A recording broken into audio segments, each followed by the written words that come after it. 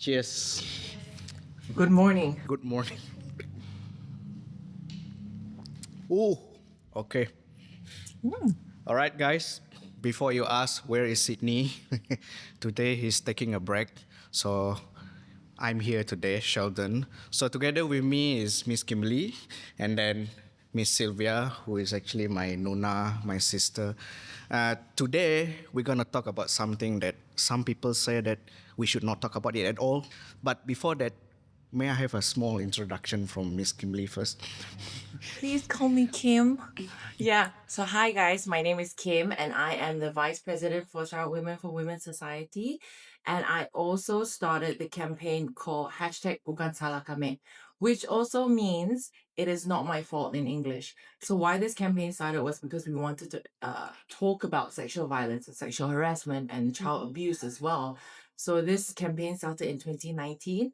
SWWS, Child Women for Women Society, is an NGO that's 40 years old this year. Wow. And so we've been going around eliminating violence against women and children, and we're also advancing women's position in society. Yes.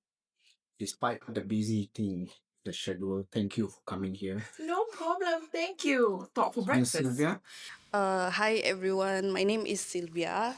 So I have a 15 years experience in nursing, specifically neonatal intensive care unit. So my work experience span from local government hospital to overseas. Yeah. All right. So I think we have a very interesting perspective from each person here. I will be more of a legal perspective, so to say. So yeah, like I mentioned just now, what we're talking about today is something that is quite, it's a very contested area, so to say. We are talking about sex education. Now, to put it simple for me, sex education, of course, there's no one definition for it. But for me, in general, it should include things like a bit of study of what is any law or any sort of like legislation which has something to do with sexual violence or domestic violence, that kind of thing. It should include the health perspective of it, things like STD and all those things, and of course, all the issues on how do we prevent, how do we do this, do that. So, Miss Kimberley, what do you think? What is your definition of sex education? I think sex education should be a holistic approach. So Yes, it's not just yes. on the topic of having sex itself, but also on emotional, on safety, on relationships, on consent, on boundaries. So I think that's why a lot of people are a bit like, don't talk about it, don't bring it up in school because you're just only going to encourage people to have sex. But it's really not that. It's Yeah. so much more than that. Yes. So yeah, talking about that, Sylvia, because I think we were talking about this just now. The most common argument against having sex education in school, or what people sort of like, there's this misconception about sex education. What do you think? Of course, one thing that she mentioned just now, yeah, sex education. Oh, you want to teach sex to students? Is it? That's the most common thing. What Yeah. do you encounter? You know how we grew up, we were taught that sex topic is Yeah. taboo, right? Yeah. So I think most of the parents, when we mention sex education, they were scared that we were teaching kids how to have sex. And then they were scared that if we teach kids how to have sex safely, Yeah. like practice have sex, then it will encourage kids to have more sex. That's what they are afraid of, the misconception of that. Yeah. That's what I think. For me, one of the most lacking thing in sex education is always the health, the medical part of it. So we have to drink. Cheers. Yeah. Yeah. So you have a lot of experience in ministry. What are sort of like, from the medical perspective, the misconception that people have on on sex education? Like I said just now, the misconception is that sex education means that we are teaching kids to have sex. right? So, but the thing is, it's more than that, sex education. Like what Miss Kim said earlier, it should be holistic, right? So I think it will involve teaching kids about STDs, which means sexually transmitted disease. In some article, you would see that they will write STI, which also means the same thing lah. So in the medical perspective, this one should be included in the sex education because these STDs, when they are not being treated properly, it can cause problem in the future, especially in women. Yeah, because you can actually pass the STD to babies even before they were born. For example, congenital syphilis, yeah, can happen. So I think it's very important to include this STD health perspective, like you said, in sex education.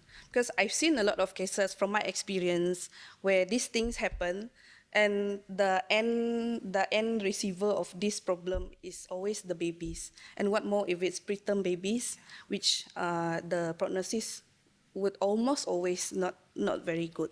So yeah, I think it should be. Yeah. Yeah. And I think the misconception in terms of that particular topic in school is that, like, one example that I can give is like what they always say, oh, if it's HIV equals death, Oh, kind of yeah. thing. No. I don't, there's actually I not. think back in like a few years ago, yeah, maybe. But now we have this antiretroviral therapy. Yeah, yeah. Yeah. So that one will help with prolonging the life expectancy of someone with HIV. But it doesn't mean that these people should be recklessly having high risk sexual behavior lah. They should be Yes. they should be informed on about this thing in more detail. Consequences. Yeah, Yes. because of Yeah. this misconception that they have about this whole thing. Is I think that we are viewing it as black and white kind of thing. It's not, right? And yeah, so that's from the health perspective. Now, Miss Kimberley, I think you've traveled a lot. Going to schools, you probably meet a lot of people with this issue. What are the sort of like the most common arguments against sex education that you can see from these people? I think what we know for a fact that there is so much shame on the topic of sex itself. Yeah. And whether it's religion or just cultural, you're not meant to have sex before marriage. Yeah. And if you are found out with STI or STD premarital, and then there's so much shame, and then people stop talking about it. But then the thing is Yeah. that you have to talk about it, and because of this heavy blanket of shame, no one wants to talk, no one wants to share, no. And it's surprising you see that you have adults going into marriage not knowing the sexual history of their partners and then finding out that they caught HIV. Yeah. So I think it should not be a taboo. That's what we're doing here, right? Which is- Yeah. We Yeah. want to bring this conversation to light. We want to keep talking about it. I've known people that have illnesses because they were misinformed by their partners, or their partners were never aware of what they were doing outside, and they didn't think that wearing a condom was important enough. Yeah. I think another thing is also sort of like an argument against sex education in school, where people will always say this thing like this thing should be personal lah. The parents should do it lah. I don't know, whoever your penjaga should do it, should not be in school, which for me it's a very you cannot view it that way, because this kind of issue, you need expertise, you need proper education, you need a proper perspective from someone who knows about that issue. You cannot expect the parents to know everything about this. Do you think that it's enough in Malaysia right now, sex education? Why Because it's almost non-existent. There Yes, is no true. curriculum. There Yeah. is no standard. Oh, okay. no standard? This is complete lah.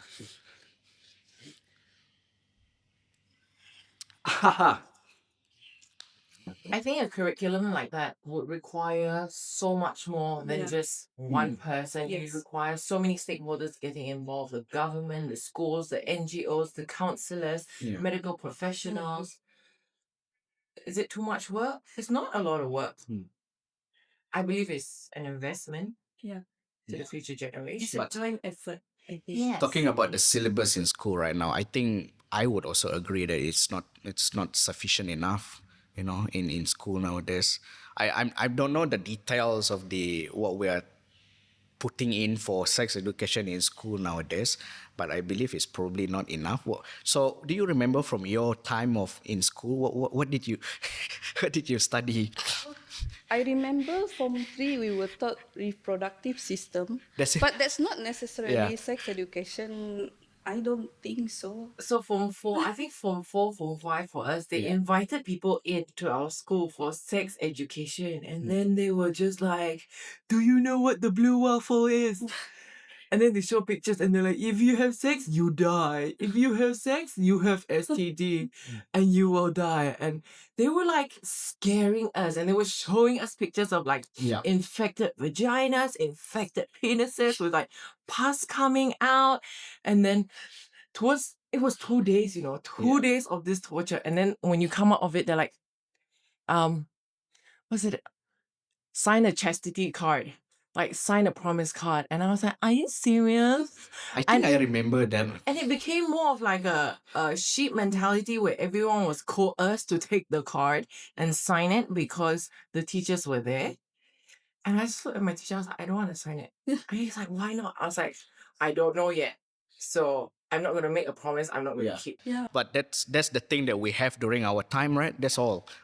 If you ask me personally, I can't really remember it being a proper topic or subject or I don't know, just No. one syllabus or I something. think during my time there was not even any proper sex education. Nobody came to give us sex education talks or whatever. Nothing. That's The what only I thing remember. I really remember is just that one that you mentioned just Yeah, now. the Form It's like 3. reproductive system and then learn a bit about the diseases like this is HIV, this is AIDS. But Yeah. like I said earlier, like it was taught in such a way that like you said lah, this is dangerous, habis cerita. Like that lah. We don't talk about I most think of I other saw things. also somewhere in the social media where they were questioning, like, I think it was primary school textbook. It was like supposed to be a sex education, but it was more like, okay, if you are being touched by someone, you will be shamed. So it's more like guilt. And then you make them keep quiet and then they're not going to share. It was in a textbook, but I cannot remember like which primary, but I think it's primary school. So it's premised on Yeah. victim blaming. Yeah, like victim blaming, something like that. Yes. So yeah, that's the kind of things that we. I don't know about the current one, but I believe it's not much change. I mean, correct me if I'm wrong, but I still feel like it's not enough. Of course, from the legal perspective also, there's a lot of misconception and connected to what we have right now. I feel like it's not enough, in the sense that most teenagers, they don't even know what is statutory rape. They don't even know what is the definition of rape, which is very, very simple. You don't have to be a lawyer to know that. And you don't have to be a lawyer to actually, I mean, you should know, even though you're not a lawyer, even though you don't study law, because it's important, especially to teenagers like that. So those are the things. I don't remember it at all. The only thing I remember was that my teacher once showed us a video of someone hukuman sebatan or something like that. But when I think about it again, it doesn't really, okay, you show us that video. What does it mean? What are the kids going to do with that information? And when they don't learn it the proper way, they're going to turn to porn as sex And education. you know, That's so dangerous. this is what I always say to parents, like if they are like against sex education. Would you rather your kids learn about sex from people who will take advantage of them? Or would you rather your kids learn the proper way of learning about sex through sex education? Yeah. You choose lah. So it's not enough what we have right now. And one more thing for me, which is quite sad for me, is the fact that we don't have enough in terms of teaching the kids or the teenagers to act in certain situations, nobody taught you that. Let's say, for example, if you are being sexually assaulted, what should you do? I don't remember any discussion on that. So All we know is that in school is that, if there is a crime, I go to police lah. But actually for sexual crimes, actually there's a certain way that, evidence should be taken. Because Yeah. this will be used in court, that kind of thing. Of Which course, we is don't a have bit to difficult. say that, but there's nothing sort of like to teach them this is what you should do in this kind of situation. And of course, for me, I also ask a lot of teachers, and they were saying that we've never been really taught about how to deal with a situation where, if a student said that I'm sexually assaulted or something. Correct me if I'm wrong, but that's the one that I heard from some of my friends who studied that. So yeah, so these are the things that I feel like it's lacking in sex education. I would like to share about what SWWS does. Yes. So under the Rundown program, we travel to, not I specifically, but the NGO travels into rural areas, into longhouses and to schools. And there's 2 programs that they run. So it's child safety awareness, and that's for primary school students. So they teach kids about consent, about the anatomy. Yeah. So you call it vagina, you call it penis, you don't call it cookie, you don't call it key, you don't call it lock. Because we had a case, a girl was going to her mom and she was like, uncle took my cookie, and she's like, why is he feeding you, so for a while she was going to her mom and like, uncle took my cookie. And then she realized that when her daughter came back with blood in her underwear, that she's been teaching her daughter that she didn't want to say the actual words, right? So she's like, this is your cookie. So when she was telling her mother about the cookie, it was actually that her uncle was assaulting her, abusing her. Yes. So I think we also realize that you can't hide it anymore. You tell children what it is. And then through that, sorry, let me come back to the program. So with child safety awareness, we're also teaching about how to say no, teach children how to say no, about what is safe touch, what is unsafe touch. And then for the secondary school students, we have a program called Healthy Relationships, where you see green flags, red flags, what is a toxic partner. Obviously, they might be in that stage where they want to, what is it called? First base, second base, third base, right? Yeah. What you're comfortable with, also about boundaries and consent. So this is something that we've been doing since 2019, and we're always developing the material, because last time it's just real life, and then it comes to cheers. Okay, let me finish this. Thank you. And then now we're moving into a sphere where it's digital. It becomes cyber safety. And then now we have the whole deepfake issue. Yeah. Crazy. Yeah, it's so intimidating. So I think we need to educate. More awareness needs to happen. Yeah. What are the things that you feel like when you talk to your own, for like the 2 of us, when we talk to our own society about this kind of topic? In fact, it's probably wrong for me to say that they said this, they said that, lah, because technically they don't say anything about it at all. They just avoid the Yeah.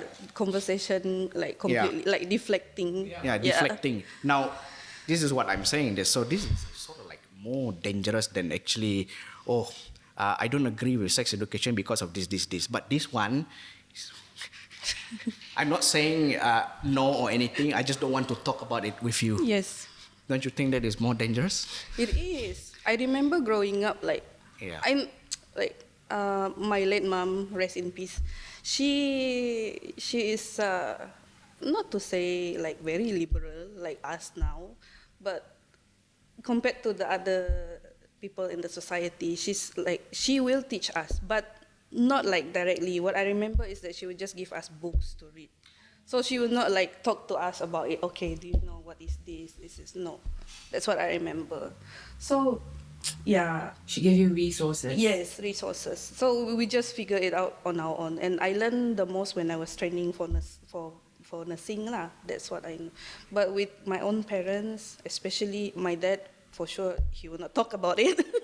And this sort of like happens in most families, in most societies. So when these students they came to school also, they don't feel like talking about it. Like if you remember back in school, I don't know your time, but during my time, like if you want to talk about things about even periods, Oh. you're not allowed to talk about periods because it's like you will be shamed for, why are you talking about this? So you're not supposed to talk about it, like some things like that. So that's how they are deflecting from talking about that specific, addressing the issue.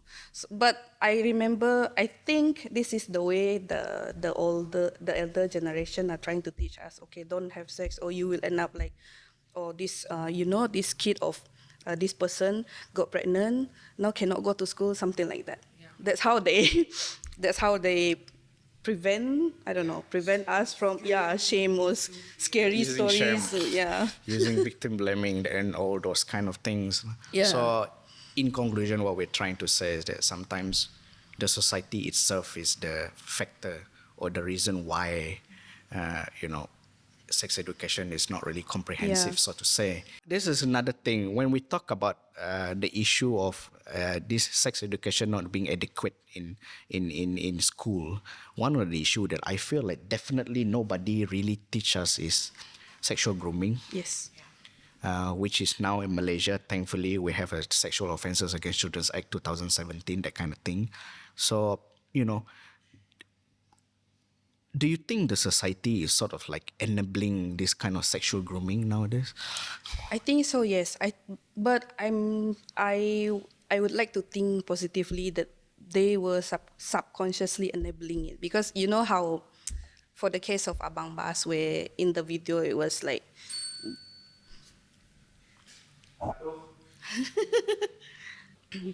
how in the video it was shown that he lay the kid down. Yes, For and in some case- people, they would say, "Oh, but it's just an uncle with a Exactly. nephew, That's with what a I'm niece." talking about. Yeah. Because during that time when that case was viral, I was also talking about it on my Facebook post. Then I was scrolling on my FYP.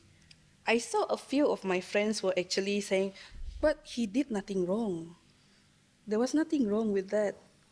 So I feel like they were not empowered with the knowledge of differentiating whether it's Yeah. purely like nephew and uncle and niece interaction, or whether it's sexual grooming. So this is I the think thing. from that, This is the thing that which is not adequate in the Yes. current situation. So I believe in all those what do you call ceramah that you did at school. You also touch this kind of issue. Yes, we talk about sexual grooming in the physical space and also in the digital space, because we have to adapt to the times. Yes. Yeah, because previously, like, I think we only started cyber safety honestly last year. Because previously it was all like, honestly, child abuse cases, right? It's always with someone that they know. The children know the person, the perpetrators. So it's connected to sexual grooming kind of thing. Yes, Yeah. yes, and they start from a young age, or they start a couple of months, and that's how it goes. So we do that physical space and then move to the digital, where they meet strangers online. Yeah. Yeah, and I think I feel 1 week back, there was this news being reported. 2 kids were reporting themselves to the police that they were sexually harassed. I'm not sure whether it's grooming, but they were sexually abused. And when the police asked them how did they think of going to the police to report this case, they said they saw a video on TikTok about this sexual abuse. So I think they learn from there, which is Let's think up yeah, in some ways. yeah, which is just another evidence that we need this sex education. Let's say you are abused, sexually abused, how to report, where to go. These things should be included in the sex education. Yeah. Yes, baby dumping. Because I personally, in my experience, I've seen cases of baby dumping. So back in a few years, like maybe 10 years plus, there was this one case. You just read about it. The baby was dumped somewhere in near Satok. Yeah. Poor thing was brought to us. Was even bitten by the, no, not mosquito, the ants, because the mother dumped her, I think it's a girl, dumped her inside the garbage bin, like the big one near the toilet. Then the baby was brought to us. even had the kefal hematoma, yeah, like this, was poor thing. So I think the baby was taken by Jabatan Kebajikan. Eventually, the mother was caught. She was charged, I think. But like when you think of the future of this kid, was so sad. We even like the nurses. We even bought like a lot of things for the baby because this baby. We even call it baby X because we don't know the mother. We cannot just baby of who we don't know. So we just call her baby X. I feel like I'm hesitating to say this, but I feel like also the parents should know. Yeah. I think earlier Miss Kim was telling me about this program that they were doing in rural area, right? And she said that the parents are also involved.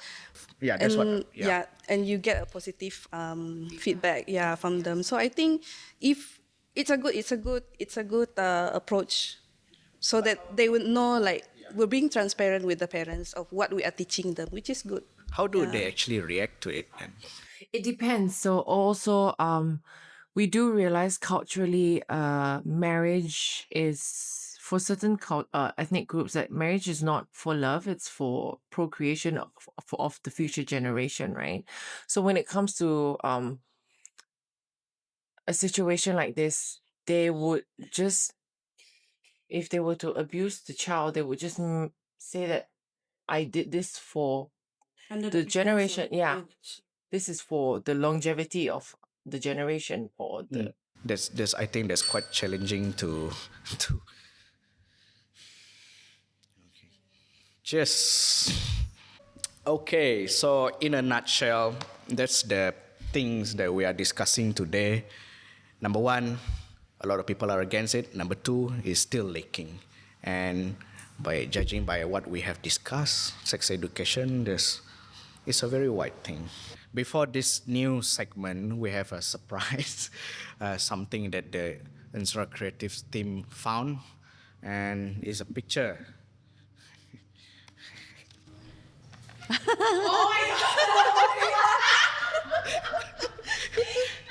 Who is this person? Huh? Can you tell us about this? First of all, is this you?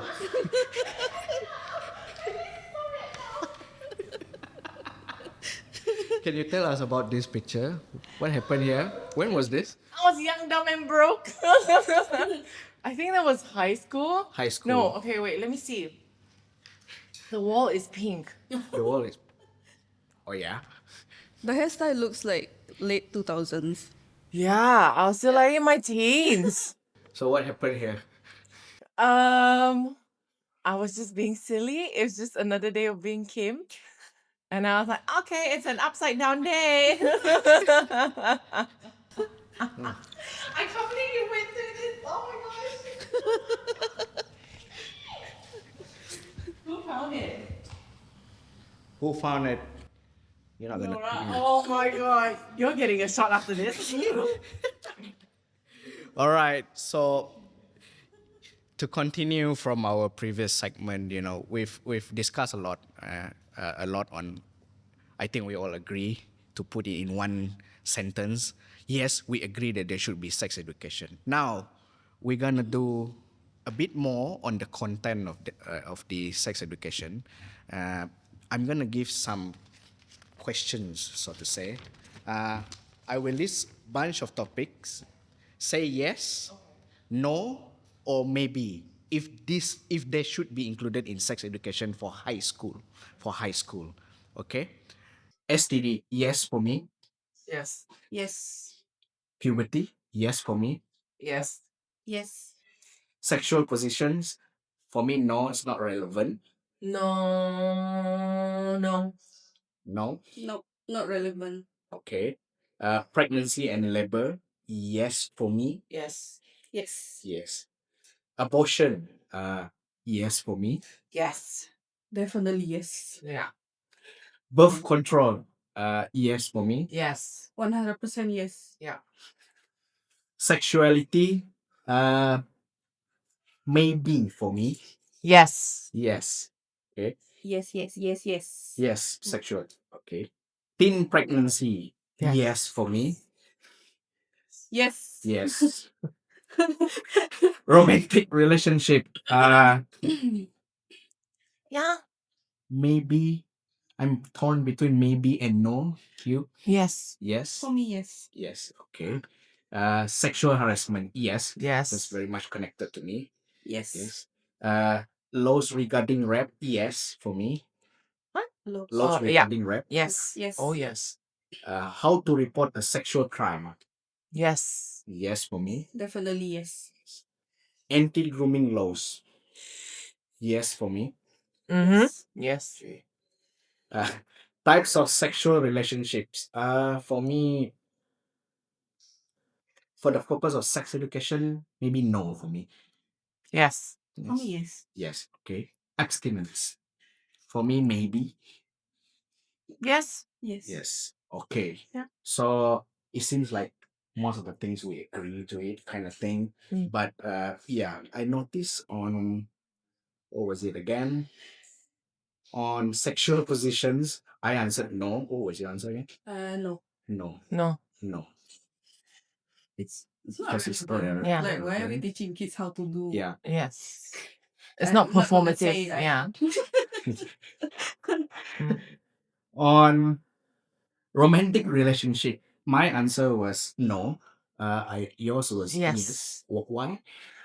Because I think we were explaining earlier about green flags and red flags. Okay. Right. I think that it is important to know that it's also good for a child's or a person's self-esteem to understand what is good for them and what is not good for them, what they should accept and what they should not accept from a partner from a young age. Yeah. So I think that also because it ties into is it okay? Should I be okay to have sex with them? Should I not?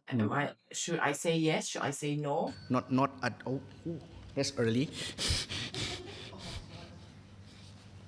I'm gonna start with this, and then I think after this I will pass it to someone. Yeah. Yum. Ooh, yum. Oh, this is stronger. This is yummy. Okay, so you were saying that it's more on like to identify what is a green flag, what is a red flag, best from the perspective of sexual relationship. Is that what you're asking? I mean, is that what you're saying? Or is this something that you always see on TikTok, Okay. on social media? Yeah. Yeah. And then there's also the sexual relationship of, okay, let's be real. Everyone's going to be talking about this because there's social media, right? Friends with benefits. That's the type of sexual relationship as well. Yeah. And those kind of relationships have boundaries and they have consent as well and they have limitations. But no one really talks about it. And then it becomes a blur line where you have friends with benefits and then not with one person but so many other people, and then you dejunk the STD or STIs or HIV and then you pass it on to someone else. So that kind of sexual relationship also needs to be spoken about. So this is, in your opinion, is connected to romantic relationships. Yes. So Sylvia? I think it should also cover not just sex issues, but also cover like okay, how do I see whether this guy fits me, especially for young female teenagers? How do I see whether this guy is good for me, a good influence, or not a good influence? They should be taught like okay, if this guy, for example, if this guy is always asking me to do this, to do that, asking me to a lazy bum. Is it a good fit for me? They should know how to detect. Another thing is another very interesting thing in this topic, which we all agree is on uh, kind of like conflicting a bit with me, is types of sexual relationships. Why do you say yes? Types of? Types of sexual relationships. I think I also was referring about monogamy, polyamorous, blah, blah, blah. Yeah. You know, And there's friends with benefits. Mhm. There's so many different types of relationships. Yeah. I think in our society we like to view that there's only monogamy, but there's also polyamory. Yes. You know, medical wise. Yeah. That's polygamy. But this is also very much. Sometimes it's quite conflicting with religion. So Yes. to say, It doesn't matter. The women, like, do they talk about it? If you have sex with one partner, are you transferring anything to your other partner? Yes, the sanctity of marriage is there. But are the women keeping themselves safe? Yeah. Do the men know what to do to keep these women safe? Yeah. I think that is a kind of conversation that question that we need to ask. Yeah. Yeah. So that's again from the kind of like the same perspective on that issue, Sylvia. So there was one time when I was very active in Twitter. And I think because they know that I'm a nurse, so all these, they call it DS, dark side account. So these people, they are sexually active, but they are not, they don't make it known to the public, like people around them that they are sexually active. I mean, due to religious beliefs lah. Kids or adults? Mostly young adults, Okay. like maybe past, maybe they already finished SPM. Okay. Yeah, or some of them are in university. So what I notice is that they tend to be in a lot of this FWB situation, friends Yeah. with benefits situation. Yeah. But almost always that I notice is that this type of FWB, the one who is in disadvantage usually are the women. Okay. Yeah. So I think I'm not saying I'm against this type of relationship lah. I mean, you want to do it, it's up to you. But you have to know that whether it is something that you really want or it's just something that you do because you like, for example, you like that guy. So you're just doing what he likes, not what you like. Yeah. So then from there you are lowering your boundaries. Yeah. So these things they need to learn, they need to know. Do you agree also that it's also for you to say that they should be responsible with what they're doing? Yes, they Yeah, should be even- responsible. So yeah. what I always tell these young girls, Yes. because I think they are still clueless, you have to know what you really want. If you feel uncomfortable, put a stop to it, put a boundary to it. Don't do it because your other friends are doing it. They maybe are doing it because they want to do it. They know how to set boundaries, but maybe you are not the person who knows how to separate between the activity and your feelings. So yeah. So moving on, Kimberly, I would notice that you on sexuality. Did you say yes, no, or maybe? Yes. Yes. Yes. Why do you say yes? Because as much as the country does not like to address different sexualities, there is different sexualities that exist. Um and like again, let's not put the weighted blanket on this topic and talk about it to everyone. And then you have acceptance and you learn better. I think being open is so important. I'm not talking about specifically on this, but also I feel like with anything else, if you keep weighing stigma and taboo and shame on it, then people are just gonna hide. If anything happens, hide from the light. You know, no one's gonna know how to ask for help. No one's gonna know where to go, and it just like snowballs into more problems. So yes, sexuality coming back. We need to talk about it because there are issues that arise from this as well. Yeah. But how would you approach it? For example, you have to explain sexuality to a 15-year-old or 14-year-old. We talk about gender and different genders, how people identify themselves or how they can identify themselves, or how it is a safe space to explore their sexuality. Because once you don't give them that safe space, they're going to go out and do absolutely anything and everything to explore, and it becomes dangerous. Yes. So, like, for example, it doesn't have to be LGBTQ, which I'm referring to right here, but it can be just generally about sex as well. We don't teach kids about sex in school, they're going to learn it through porn. Yes. And it's so much worse because that is, first of all, these are paid actors Yeah. and they are not going to teach you about consent. They're not teaching you about boundaries. They're not teaching you about healthy. It's so performative. It's all for the views. It's all to create a fantasy, a kink, you know, and going into the whole thing of kink, that's a whole different conversation. But yes, see, when we don't give space for these conversations, people don't know, and then they shy away from. Yeah. Of course, the typical thing that people will always say, sexuality, especially on the one that you mentioned just now, LGBTQ, it's absolute taboo. they should definitely not learn about it. What is your response to that? Like they are saying that this thing is against religion, this thing is against my culture, this thing is against what's the word that they always, the sentence that they always use on social media? Ini melawan tujuh keturunan saya, things like that. Melawan something like melawan fitrah. I mean, like it's like against. It's really against their religion. Then you should not talk about this to kids. You should not expose children to these kind of things. But if they use the reason for religion, right? I would just always like to say, didn't religion teach you to love all and accept all? That's all. Like, there's nothing else for me to say. Like, there's no point to argue. Yes. Because they're gonna see their point of view, but I'm gonna tell you that religion teaches you to love all. That's all. Like, Okay. So another thing, I think this one thing that we should talk about a bit more again, for Sylvia, pregnancy at labor, I think because I remember this one funny story from our mother, there was one child in SK Kudu who thought that a baby will come out from the anus, not the vagina. I think this one is pretty common. Yeah. And it's not just in kids, Yeah. Like when I was active in Twitter with this DS community, Yes. some of them, they don't even know how to, the men, they don't even know how to differentiate between the pee hole and the vagina hole. Okay.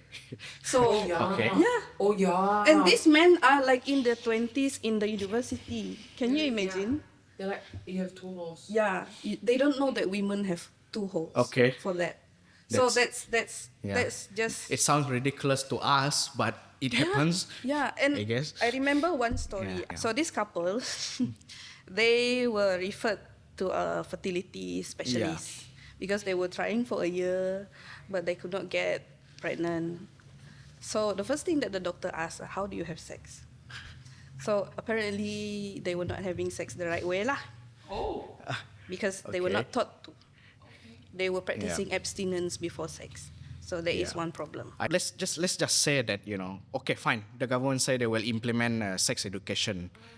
Who should decide to be in the syllabus then? The government, the politicians? It should be a joint effort. Yeah. Yeah. I think I mentioned earlier, like the government, policymakers, legal, medicals, NGOs, school counselors. Yeah. Everyone. Yeah. Parents, if they want to, or multiple stakeholders lah. Yeah. And if there is, I think there will be, of course, there will be sort of like disagreements, for example, between people from the health perspective against the religious people, for example. I think the Should they be involved? Sorry. because religious people, they I mean, not religious people, sorry, the religious side of people, they will probably approach it more on abstinence, correct? Yeah, correct.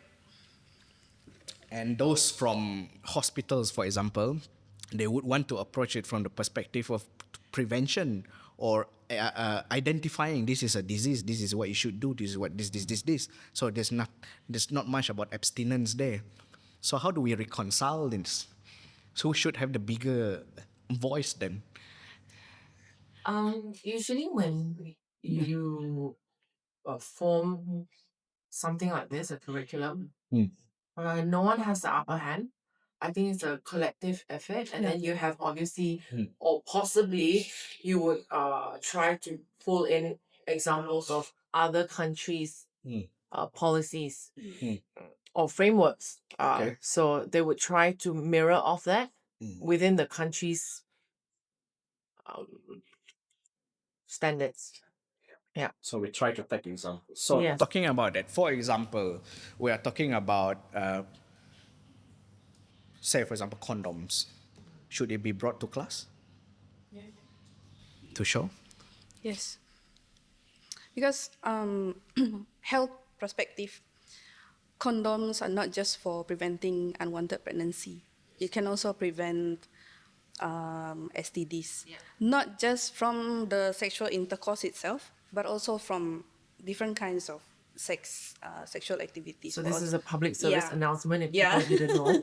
Yeah. So I think they should be exposed to the use of condoms, not just male condoms, female condoms also, yeah, any other condoms also. I would like the condoms to be with the school counselors. Yes. And then you feel safe enough to speak to the school counselors to get some, and then that's where they have that conversation Yeah, with you. yeah. Not just take, because we don't want them to also go around. Yeah. And teach them how to use it the right way, because there's a funny story happening in klinik kesehatan ibu dan anak. I don't know which clinic, but I've heard this story many times during my training years, where the nurse was teaching the father how to use the condom. She was showing, okay, you use it like this, you put like this. So a few weeks later, the wife came to the clinic pregnant. Tell me, you put it on his finger. Yeah, and then the nurse was asking, "How did you use the condom? I use it like this lah, like you taught me, put on the finger." So that's also one of the things that we should consider. Yeah. So technically, not just theoretically. Yes. In a way, I think that were Practical So, also. another thing is that since we are discussing this thing, it seems to be very extensive. Sex education. Number one, should it be just one proper subject? Yeah. I think so. Yes. It should not be connected to, say, for example, science or pedagogic. No, not like that. because there's a lot of topic to Yeah. be discussed. Like Ms. Kim said, it's a holistic topic to be discussed. It's So, not just one. Of course, it will take more resources. And do you think it's worth it? It's an investment. And then we hopefully see lesser cases of child abuse, sexual harassment, teenage pregnancies, Child marriage. child marriage. Yeah. Yes. Yeah. So again, hypothetically, say for example that okay, we have it. We have a sex education now. Do you think it will properly reduce sexual crimes and STDs and all of that? Yeah. I believe so. Yes. Because Who wants to drink? You again? Okay lah. Okay, fine. while I was going through articles about this effectiveness of different kinds of approach to sex education, not in Malaysia but overseas, because overseas like the US, the Norway, they already implement the sex education. So what I found is that mostly abstinence approach doesn't work. Yes, the rate of teenage pregnancy, teenage STD is still high compared to these countries where they have comprehensive sex education. So if you asking me whether this sex education is worth it in our country in the next 5 years, I would say yes. Okay. Yeah. So of course we cannot expect results in a few years. I believe. So like you said, you did a lot of ceramah at school. Do you think what you are doing is, for me, it's also sex education. What you are doing, you think is already effective enough? I believe it is effective because we have conversations. We engage with the parents and the ketua kampung, the tuan rumahs, and they want to learn more, and they also want to protect the children, right? And I think it's a great way we start the conversation together. So do you have any sort of like research or anything to support that these people, they actually want to have this sort of discussion? I think we would have a report to see the qualitative report of the engagement with these people. When we go in for these programs with the community, I think it's good to get we have the feedback. the they'll feedbacks. write, say thank you, what they learned. Sometimes we find that also become clients for us. So that we have an evident numbers that Yes. helping with the social issues. Yeah, for me, from my perspective of the law, yes, I think it will give some sort of like a changes a bit to some change a bit to the society if they learn about the legal side of sexual crimes. Because right now, if you don't even know what is statutory rape, how are you gonna identify it anyway? That's why a lot of young teenagers, young people, when they go to make a police report or anything, they don't even know that this is rape, or this is sexual violence, or this is I'm sexually assaulted, that kind of thing. So at least if they learn it in high school, I do hope that they realize it more. And because what we really have in Malaysia that is really, personally to me, quite annoying is rap culture and victim blaming, that kind of things. And Yes. for me, this all of this actually exists because of lack of understanding of the law itself. I may be quite generalizing here, but if we go a bit deeper, it's because you don't actually know the law. That's why you say, that one bukan rogol lah, that one suka sama suka saja. Yeah, suka sama suka, 13 years old is statutory rape. There's no issue of consent.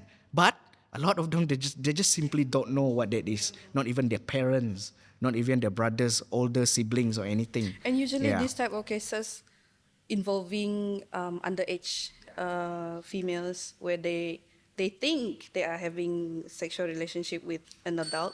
Consensual. Yeah, consensual.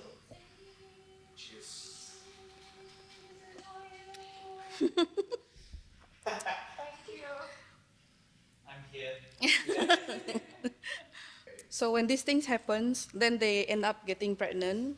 Then the parents will be ashamed lah because people will talk. Definitely, people will talk. Oh, this anak, this one, yeah, she's to blame. So what they would do, they will force her to get married to that guy.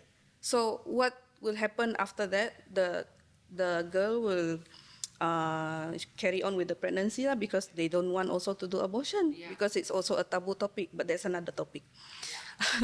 Then she will give birth. No one wants to take care of the baby. So what happens? She will stop her school lah. So that's it. That's it. So cycle. yeah, the cycle cycle will just Poverty continue. and Yeah, because I've seen this a lot, like a lot when I was working in the local government hospitals. I've seen cases where um, this one, the mother is 14 years old. The father is 17 years old, going to sit for SPM. The baby was born premature, which is expected of teenage pregnancy. Then one day, the father came to send breast milk in a school uniform. I mean, it's good that he wants to be responsible, but there is no guarantee that he will stay there Yes. Yeah. after SPM. It's just a glimpse of Yeah, it. yeah. Yeah. So another thing also, Kimberly, what do you think of this for things like sexual crimes? It's not in schools. Say for example, maybe we should have stricter laws on it. S- Even if we have stricter law, if they don't know how to use it, for example, kids don't know how to report themselves when these things happen, there's no use also. Yeah. What do you think, Kim? I think we have laws now with like anti-stalking or even anti-sexual harassment. We are, as NGOs, I think we are looking into amend, hopefully getting policymakers to amend it because it's not it's not inclusive for all.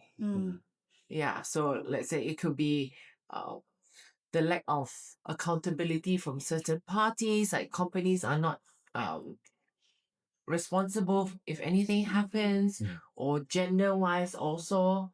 Yeah. It's only a he and a she. It doesn't cover all genders. So what we are trying to push here, there is laws, but I think these are very outdated laws. Yeah. So even if you tell me on the education level, right, I think the education system needs to be updated, overhaul. I'm gonna ask something quite interesting, so to say. If you have one opportunity, say today you have the power to make one law with regards to sexual offences or anything to do with sexual offences, what would you? Okay.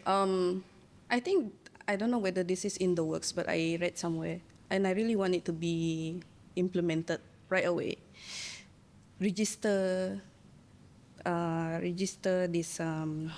Sexual offenders list. Yes. Yes. Okay. Whether it's with child or adult, whatever, Yeah. as long as it's a sexual offenders, you should register it. If I'm not mistaken, there is something about that under the Sexual Offences Against Children's Act, but I don't think it's a list. Correct me if I'm wrong. But what I do know that there is a rehabilitation, something like that, even after you serve your sentence. I think, yeah. I have a law. No child marriage. Across Okay. all states, across all religion, across all child legal marriage. systems. Yeah. So what- Raise it up to 18 years old. 18 and above. 18 and above. No That's more right. 16-year-old rubbish. Regardless if the girl gets pregnant, Yeah. they cannot get married if they are under 18. Yes. Yeah. Yeah, that should be one of the laws that should be implemented. Kim, are you okay? Yes, I'm okay. Today, we just tried Tuak Bioteknologi Borneo. Thank you for sponsoring this episode. Kim, what do you think in one word? I love the dry one. There's three words, Okay, four sorry. words. Basically, you love it. Yeah. Yeah, I like it too, especially the first one, the vanilla. So, if you guys want to have this, kindly contact the number here. All right.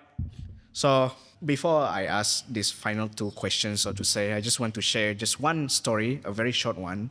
In my first year of law practice, my boss was called by someone, and this guy asked whether we can help him because his relative or something was arrested and was sentenced for rape.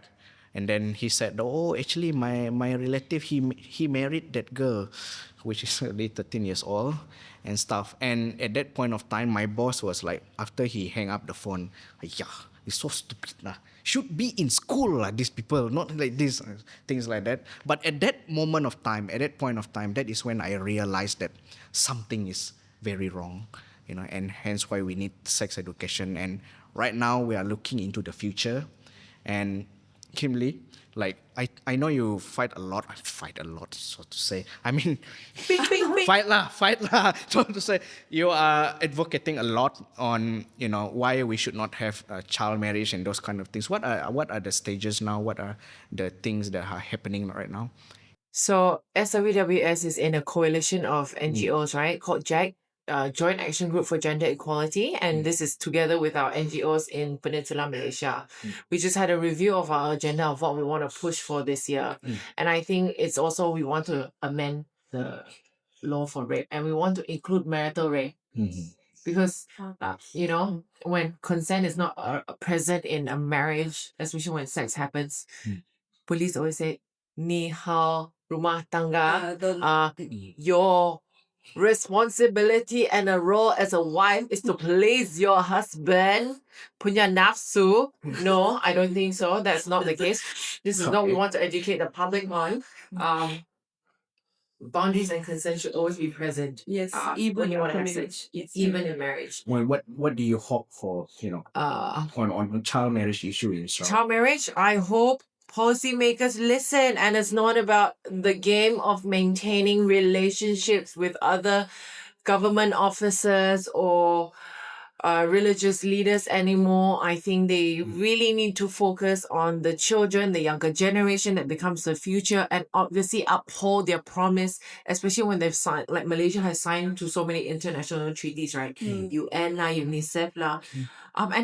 And all these organizations, they protect children, but why isn't our law reflecting that?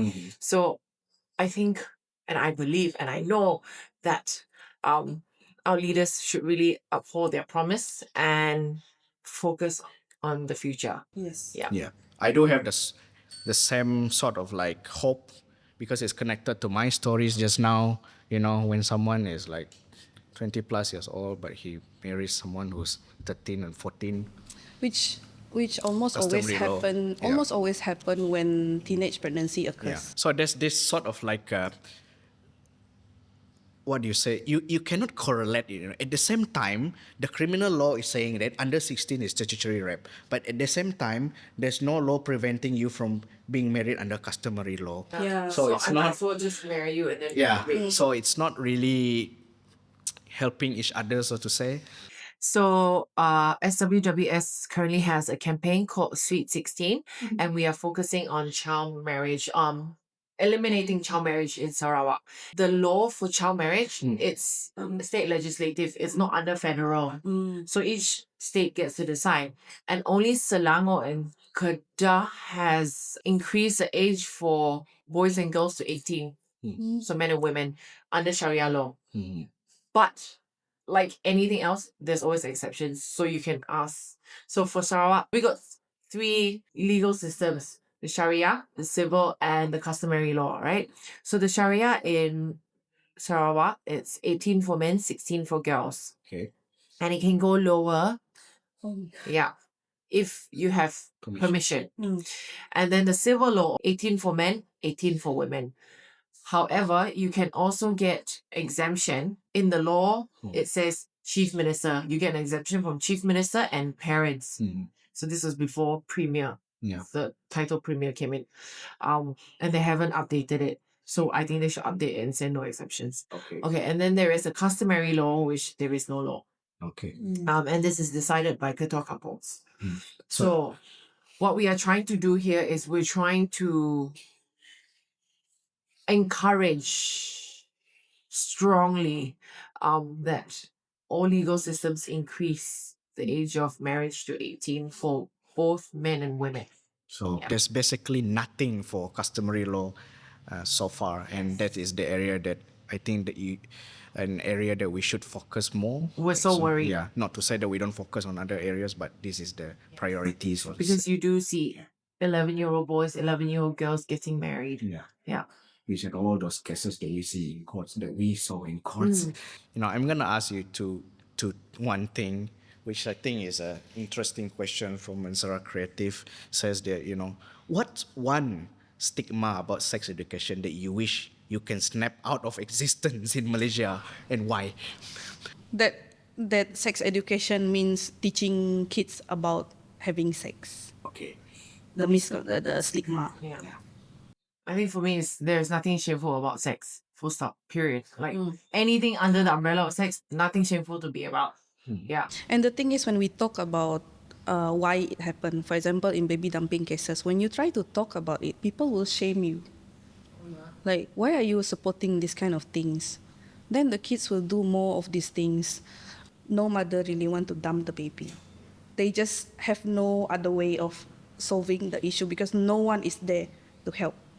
Like they say, it takes a village to raise a child, but the village is not villaging.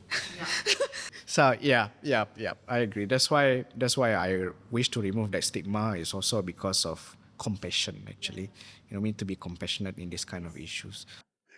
I also try to understand why it is considered a stigma. And so this is my psychology brain coming in, and I'm like, generally, could it be possible that people are uncomfortable with what is unfamiliar? And when you have conversations like this, it makes them uncomfortable, and it is confronting. It is difficult. It is a difficult conversation. And when it comes to realization, people realize they themselves have a role to play because, like you said, it takes a village to village, right? To care and to bring up these people. So, but I think they need to realize that the more you talk about it, the more information you have, and that reduces the fear. Yes. And makes it less uncomfortable and makes it less difficult for you to confront, because who the hell likes a confrontation, right? Yeah, and it's difficult, it's painful, it's in our face.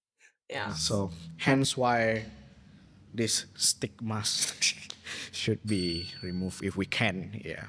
So hopefully this will be the final one, the final shot. So Kimberly, what do you think Malaysians can do, or individuals and Malaysians can do towards a more comprehensive sex education? I always believe it should be, and it should not always be formal. It always should be a conversation, a casual conversation with your friends. It does not have to be in a formal setting at all. I think even with my group of friends, right, we talk about things like period lah, pain lah, hormone lah, reproductive issues, sex, relationship. We talk about it like anything because it's supposed to be a safe space, right? You want to create that for yourself and your community. So keep having these conversations casually amongst your group of friends. It might be uncomfortable for some people, especially when they're new to you, right? They're like, why is she so open? And why she no shame one? Everything also say one, But I think it's just don't listen to what they have to say, but really believe in your purpose and like what you have to do. and just continuing these conversations in daily lives. Yeah, put simply, just start. Yeah, just start to talk. Yeah. It's kind of like when you learn how to ride a bike. You know how uncomfortable it is when you first ride it and then you fall. First ride and then you fall. Then eventually you know how to ride it. So I think towards a comprehensive sex education, we should really keep talking about it as a Malaysian. Just open your mind. Don't deflect. Don't just I no need lah to talk about this. We should keep talking about it because talking eventually will lead to maybe lawmakers would want to implement this one day. So yeah, we should talk. At first, of course, it's uncomfortable when I.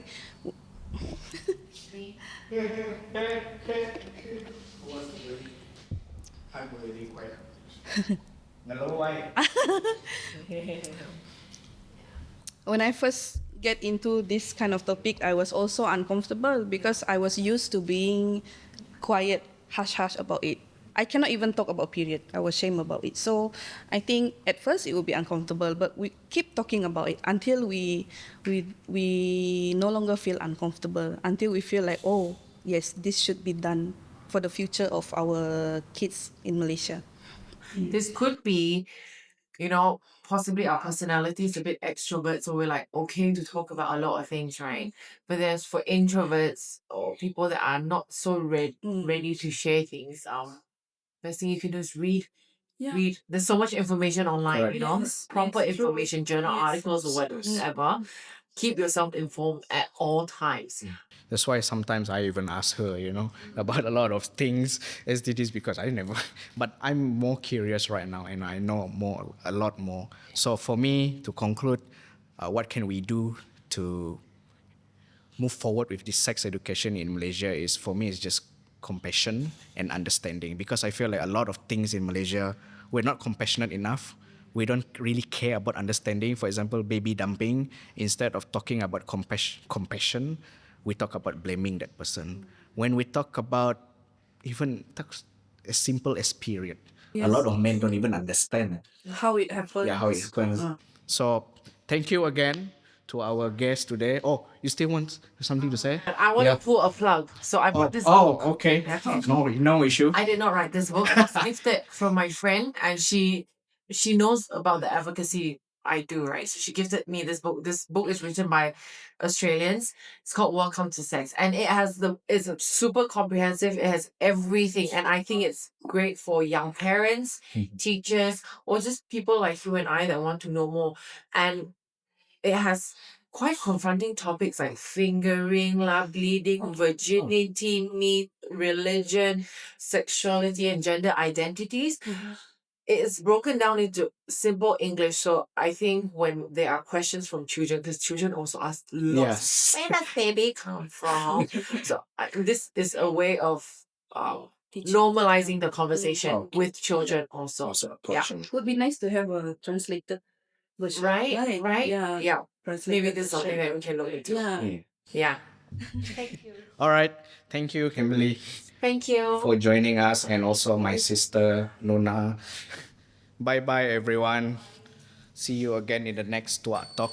As usual, the discussion for Tuak Talk, it doesn't stop here. I expect some comments, keep discussing. Even if you don't agree, talk about it. Tell us why. Don't agree and not Oh. talk about it. So I expect some comments and see you again. Bye bye. Hanang berjakuk ke bila ya kak belaki? What does that mean? He said, don't talk about when she's going to get married. Okay. Yeah. That's the most popular topic. Yeah. Alright. Thank you. Camera done. Yeah.